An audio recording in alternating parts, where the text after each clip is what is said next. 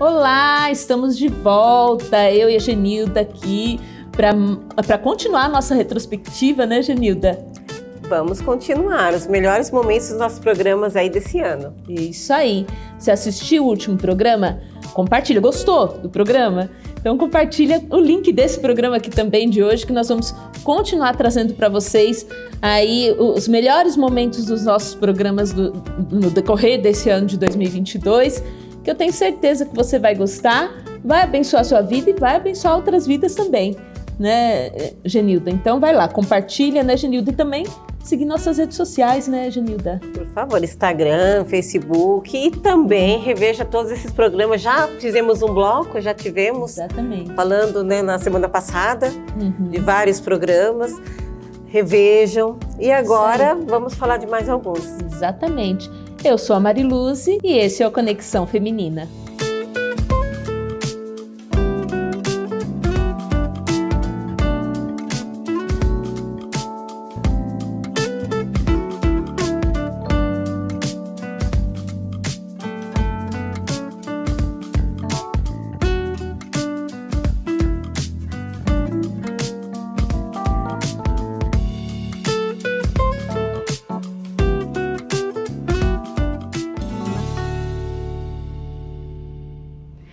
E vamos lá, continuar aqui nossa retrospectiva, né, Genilda?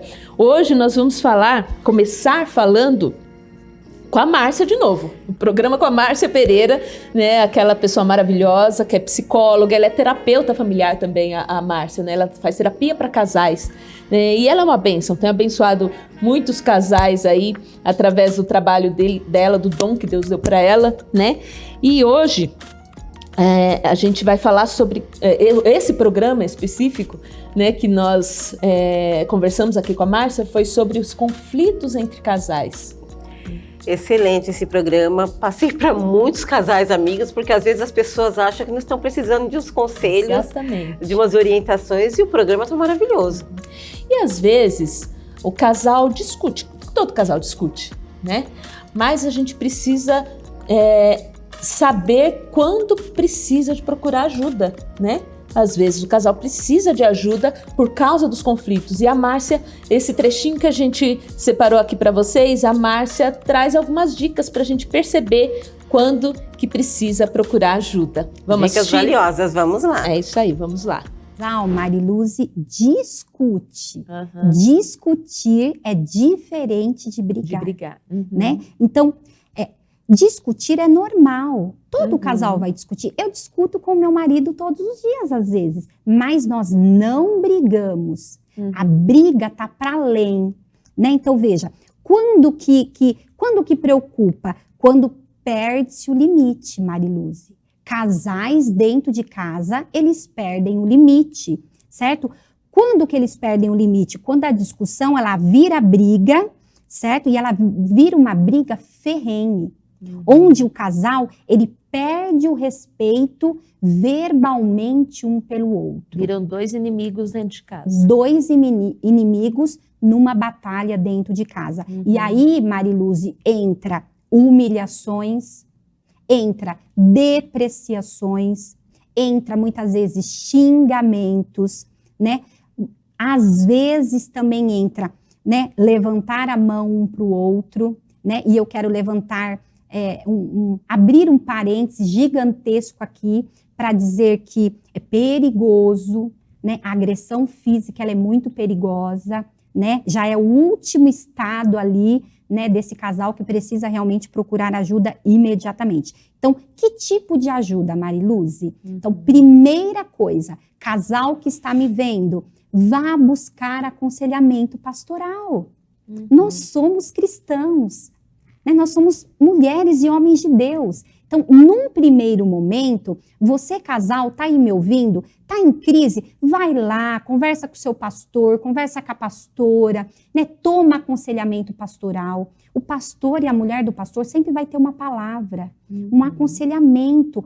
Orem junto com os seus pastores, jejuem junto com os seus pastores. A fé sempre é em primeiro lugar.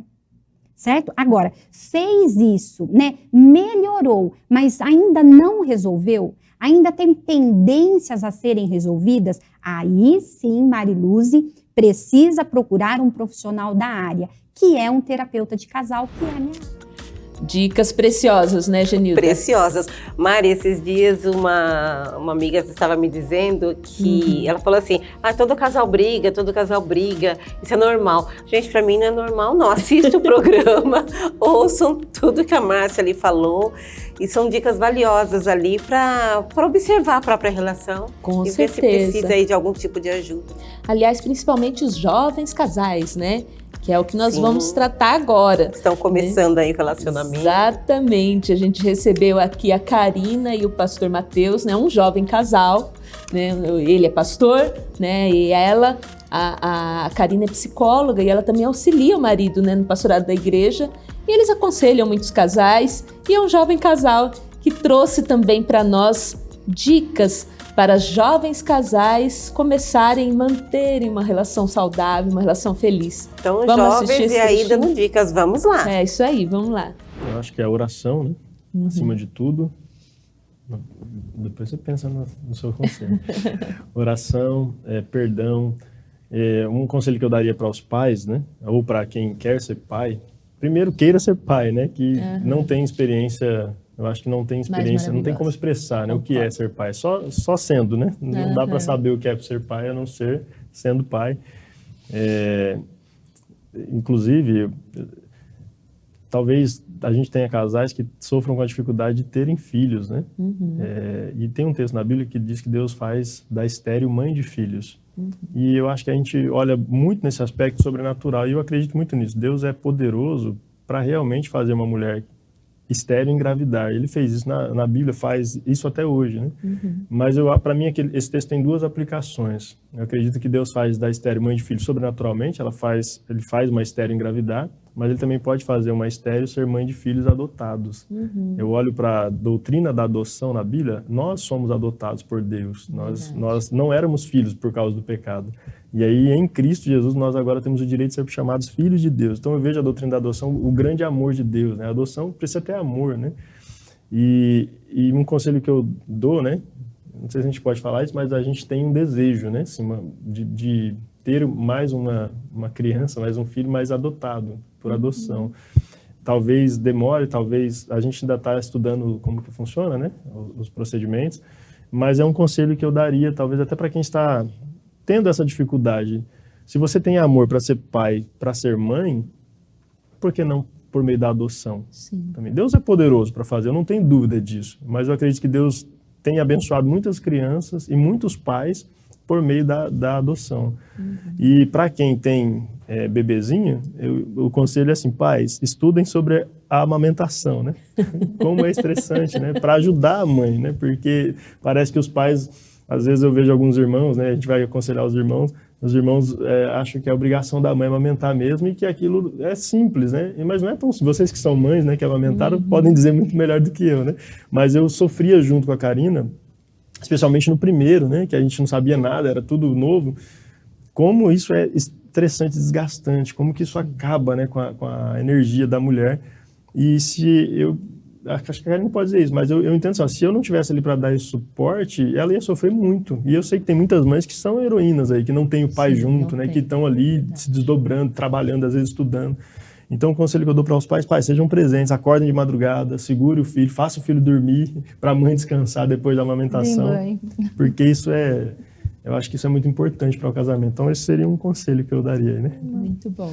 Um conselho que eu dou para jovens casais que estejam namorando, noivos.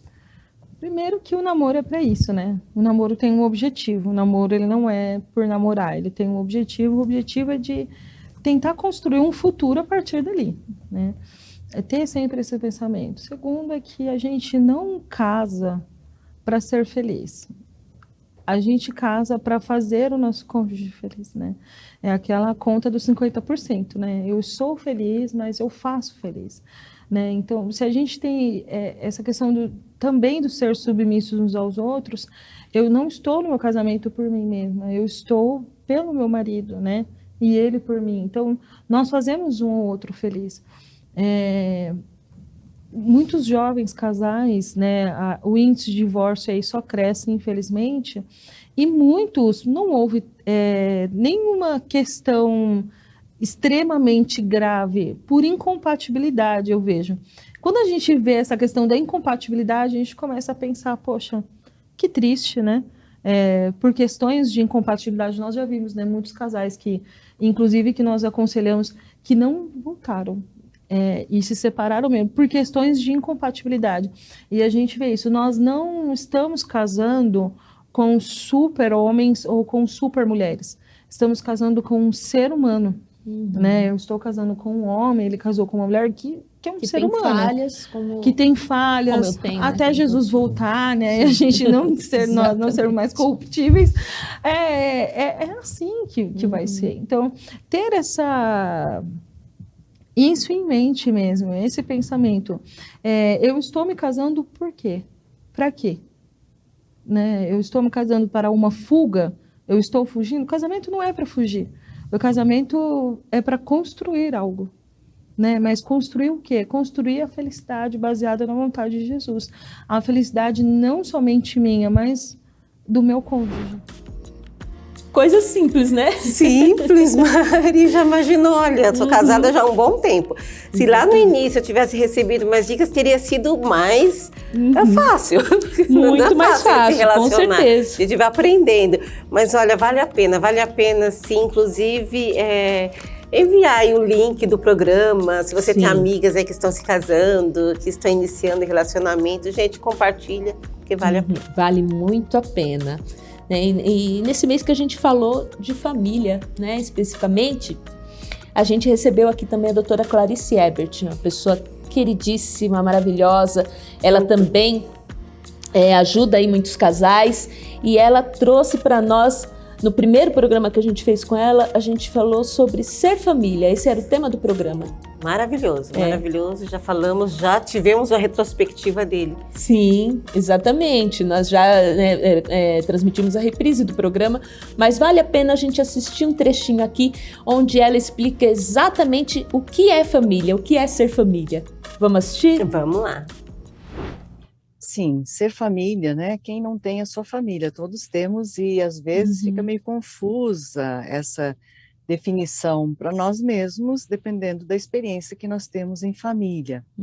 Que nem sempre as famílias são aquele desejado lar, doce lar, né? Idealizado.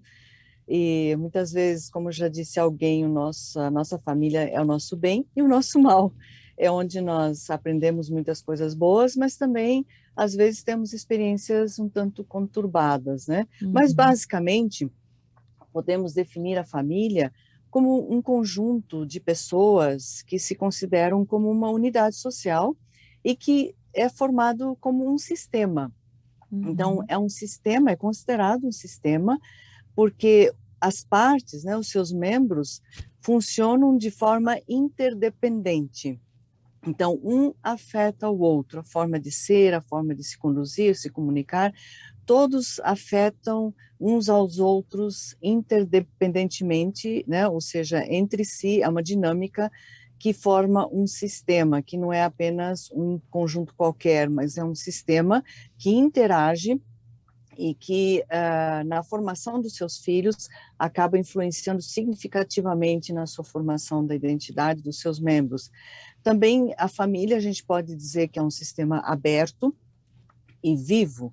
Aberto justamente porque a família também está sujeita à influência de outros grupos externos. Não é um grupo meramente fechado que não tem nenhuma influência. Então, todo o ambiente que rodeia a família influencia também a forma dessa família se conduzir.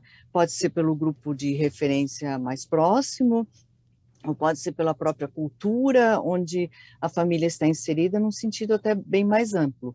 E a gente considera a família um sistema vivo, porque está em constante transformação. A família está sempre se transformando, e quanto mais abertos nós estivermos a essa evolução familiar dentro dos ciclos da família, melhor a família vai experimentar essa vida comum de uma forma mais funcional. Porque a gente pode perceber essa transformação nas famílias, às vezes por circunstâncias que acontecem, né?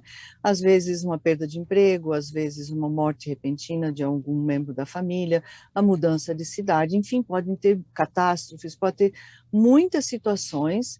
A pandemia, por exemplo, foi uma circunstância, né, pontual aí, longa, demorada, que transforma a forma de viver em família e acaba, às vezes, ou exacerbando os recursos que a família tem, ou, de repente, as interações disfuncionais acabam aumentando aí nessas circunstâncias, mas também pela própria evolução da família dentro do ciclo familiar, o nascimento dos filhos, a entrada na escola, a adolescência que chega, a saída de casa, quando a gente entra para o mundo adulto.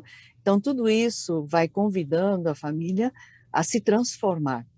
Então, a família, ela é esse sistema vivo, aberto, que está sempre evoluindo e buscando por uma transformação. E dentro dessa ótica, a família vai cumprindo uma tarefa psicossocial, que é apoiar os seus membros dentro de uma evolução. Então, dentro dessa tarefa psicossocial, a família tem 2 objetivos principais. Um que é dar o sentido de pertencimento, que a gente pertence a esse grupo de família e não aquele outro, e ali tem as suas regras próprias que vão determinar a sua estrutura, e cada membro da família vai se sentir pertencente dentro desse grupo. Então, essa é uma das tarefas da família. Ao mesmo tempo que tem a tarefa de socializar, que é a tarefa de dar um sentido também de separação. Então, nós somos pertencentes a um grupo, mas também nós vamos nos separando desse grupo numa medida adequada para interagirmos com outros contextos extrafamiliares, né? E assim, os membros vão também se organizando e interagindo dentro dessa proposta. Então, basicamente, né, resumindo bem, a família se apresenta como esse sistema embrionário da experiência humana, da identidade mesmo, né? Sendo até mesmo a matriz da identidade, que dá um cunho de individualidade para os membros da família e, ao mesmo tempo, promove a socialização. Olha só, né? Que definição bacana. Que definição! A gente pensa tanta coisa assim de família e de repente você vê alguém com tanto conhecimento ali falando sobre a unidade da família como uma unidade social, evoluindo, recebendo influência de fora, também influenciando. Influenciando, exatamente. Olha, é um programa, Mari, pra gente ver assim com a família ver e com depois a família. Interagir com a família. Isso. E conversar, E discutir os assistir ele pontos. completo. Assistir completo. Vale a pena. Vale muito a Assisti pena. já 2 vezes. E pretendo depois juntar a família. É muito bom, é muito bom. É muito conhecimento. E, aliás, o programa seguinte que nós gravamos com ela fala sobre a saúde mental na família. E a gente separou um trechinho aqui para vocês, onde ela fala das 10 ameaças. 10 ameaças para a saúde mental do casal, da família. Aí a gente separou, esse trechinho é um pouquinho mais longo, né? Mas é muito importante que você assista, que você compartilhe com outras pessoas e depois assista o programa todo. Mas vamos lá para saber quais são as 10 ameaças para a saúde mental da família, Vamos do casamento? ver essas 10 aí que ela elencou. Vamos ver. A gente pode identificar como uma ameaça para a saúde mental no casamento. Uma das coisas é a conturbação contínua. É óbvio que todos os casais têm suas crises, têm seus desconfortos, isso é chover no molhado, todo mundo sabe disso. Mesmo aqueles casais que a gente olha assim, não, esse casal aí está tão pertinho do céu, está sentado no colo de Deus, eles são tão espirituais que eles não têm crises. Isso é mito, na verdade, porque todos os casais têm seus desconfortos e precisa, vez ou outra, fazer um alinhamento, né? E comunicar ao outro, olha, o jeito que você fala, não gosto, me sinto desconfortável, me ofende, você pode moderar um pouco o seu jeito de falar, ou a sua negligência me incomoda, seu silêncio, enfim, tantas coisas, né, que a gente poderia citar.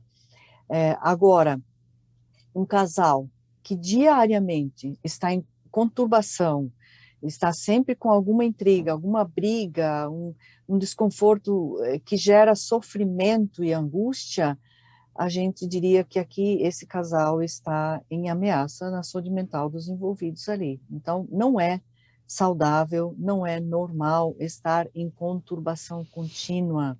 Se o casal está o tempo inteiro brigando, o tempo inteiro se atritando, tem alguma coisa muito errada que precisa ser vista. Outra ameaça é a proatividade unilateral.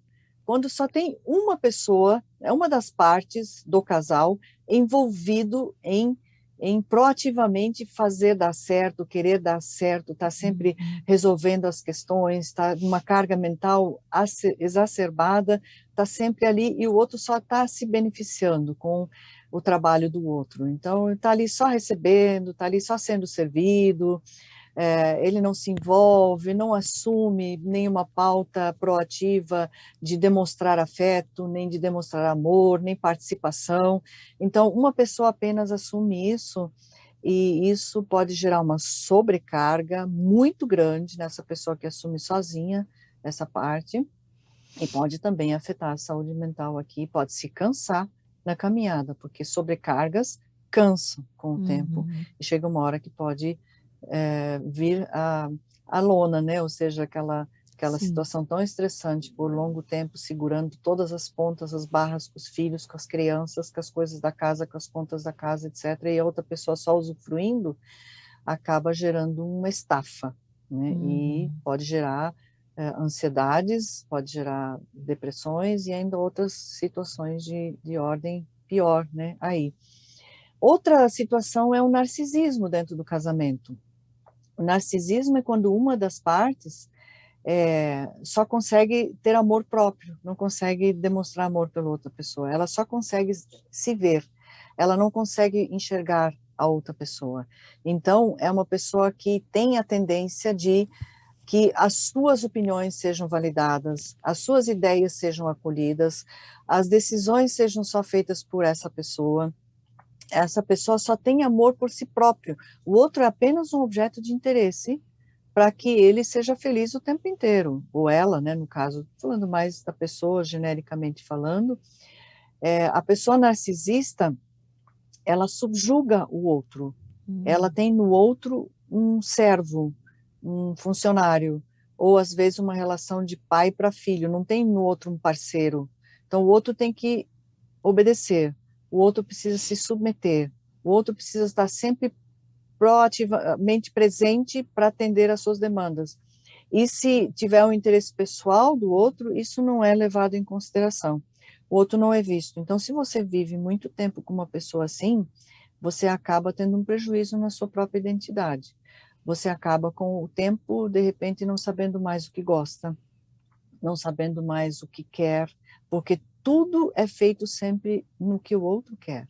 Então, as férias é no lugar que o outro quer, a compra é feita só como o outro quer, as comidas que nós comemos é sempre visto só o gosto do outro. Então, nada do cônjuge que vive com narcisista vale. E é muito comum haver muitas desqualificações do narcisista para o outro, porque o narcisista ele tem uma necessidade de ser quase que deificado. É como se ele tivesse que ser suprido em tudo pelo outro, só que é insaciável esse suprimento, o outro não vai dar conta nunca de suprir, e ele vai ser desqualificado o tempo inteiro por isso. E viver do lado de uma pessoa assim pode ter um comprometimento psíquico gravíssimo aí com o tempo, né? E aí tem também uma outra ameaça, que é a psicopatia, que já é de ordem mais grave ainda, né? E que a gente vê nas pesquisas que nós temos um grupo significativo de psicopatas na sociedade, infelizmente. A gente geralmente associa muito a serial killers, mas a psicopatia pode ser de ordem grave, moderada ou leve. Então, às vezes, não é um serial killer, talvez não vai matar a outra pessoa fisicamente, mas mata a identidade da outra pessoa, porque o cônjuge do psicopata é apenas um objeto para ele, só é um objeto para manutenção do poder, manutenção do status, ou para promover alguma diversão. Então, ele não vê o outro também, e muitas vezes tem a característica, geralmente, da falta de empatia. O psicopata não tem empatia, a ausência de arrependimento, jamais vai se arrepender de alguma coisa, e um comportamento muito manipulativo, com potencial para maldade e para perversão, inclusive, né?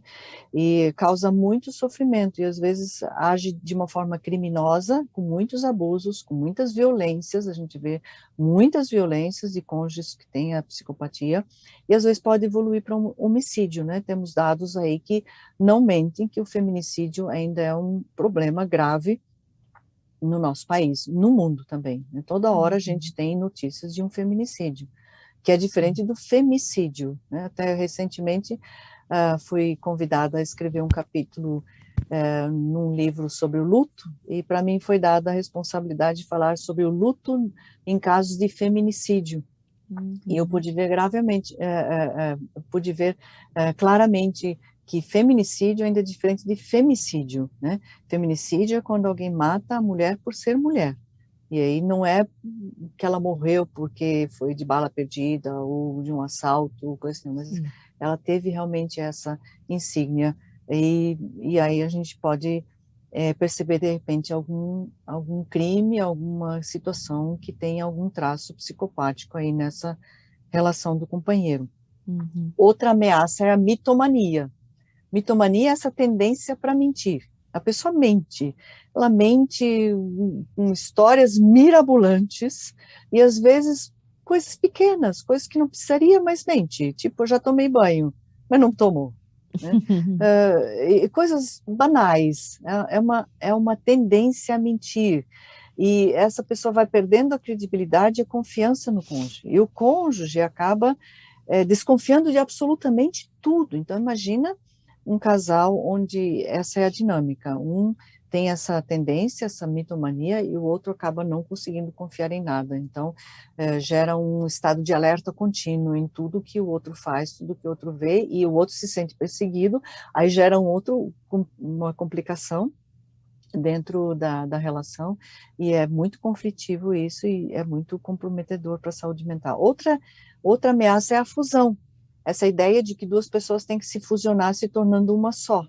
Isso pode funcionar muito bem com massa de modelar, né? Quando você pega uma massa vermelha e une com uma massa azul, você amassa, amassa, amassa, e vira uma cor só, a roxa.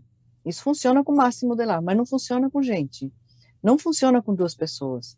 Nós vamos continuar tendo dois indivíduos ali, que vão fazer uma troca, que vão ter uma unidade. Essa unidade conjugal, ela é feita, como eu já falei anteriormente, ela é feita por duas pessoas que vão formar o nós, e vão se conectar interdependentemente, né? Mas a fusão é essa ideia de que precisa trabalhar a relação para os dois serem uma pessoa só. E nessa ideia equivocada, muitas vezes, acaba acontecendo a anulação de uma pessoa, e a outra pessoa acaba sendo protagonista da relação, e aí parece que é uma pessoa só, com uma voz só, uma opinião só, mas na verdade é apenas uma pessoa que assume o protagonismo, e a outra acaba se anulando. Então não é uma unidade verdadeiramente, não tem um nós ali, né? E muitas ameaças para a saúde mental nessa direção. Comunicação violenta é outro ponto que eu coloquei, né? Onde tem essa comunicação agressiva o tempo inteiro, desqualificações o tempo inteiro, interpretações o tempo inteiro. Então não tem uma amistosidade, tem uma hostilidade presente o tempo inteiro na comunicação. Também a pornografia, eu sinalizei como uma das ameaças para a relação do casamento, né? Porque a pornografia tem uma doutrinação da sexualidade objetal, da subjugação do outro para fornecer prazer. E isso é péssimo para uma relação conjugal onde tem duas pessoas que querem viver em parceria.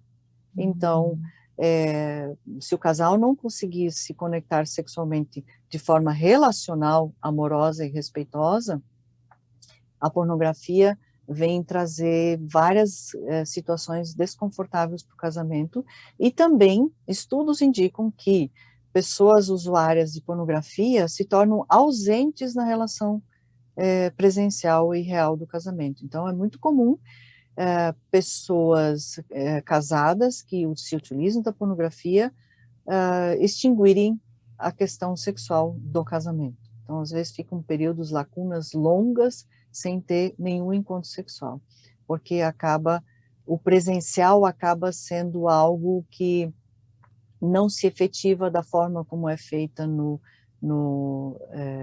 cinema, né? Não é possível, no real não acontece daquela forma, é cinematográfico, aquilo é montado, é montagem, porque na presença no real, na relação real, tem o outro que deve ser levado em consideração. O outro não é só um objeto de uso, de prazer e de busca por um orgasmo. O outro é uma pessoa, e eu preciso saber como é que é para o outro, o que o outro gosta, o que o outro não gosta, e respeitar isso. Isso dá muito trabalho. É mais rápido usar a pornografia, e isso vai trazendo também sérios problemas para a relação conjugal.